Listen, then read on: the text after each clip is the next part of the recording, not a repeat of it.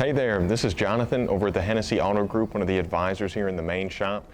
Today we're going to be talking about brake pad maintenance and rotor maintenance and why it's necessary to get these changed out at due intervals for these vehicles.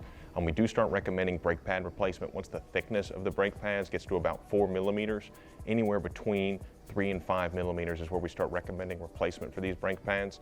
Over time, the brake pads can become low, and if they get low enough, they will hit the rotors. And if they mash the rotors will become scored and the rotors will have to be replaced. The rotors are what the brake pads grab to slow down the tire from spinning so you can slow down your vehicle.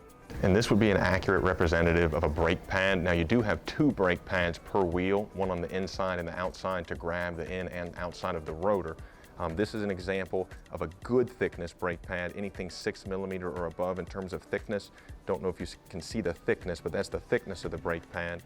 Brake pads usually start out anywhere between 8 and 10 millimeters from the factory.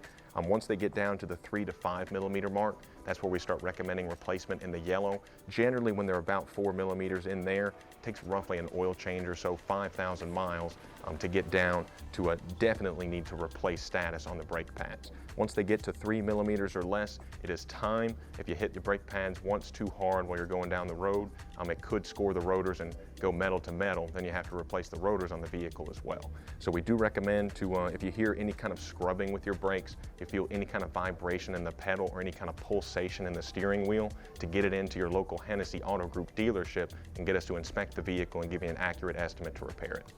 And if y'all ever do have any concerns or any issues with brake pads or anything going on with pulsation from the steering wheel, grinding noises coming from either axle, feel free to bring that vehicle into your local Hennessy Auto Group, and we're definitely happy to get that vehicle serviced and make sure it's safe.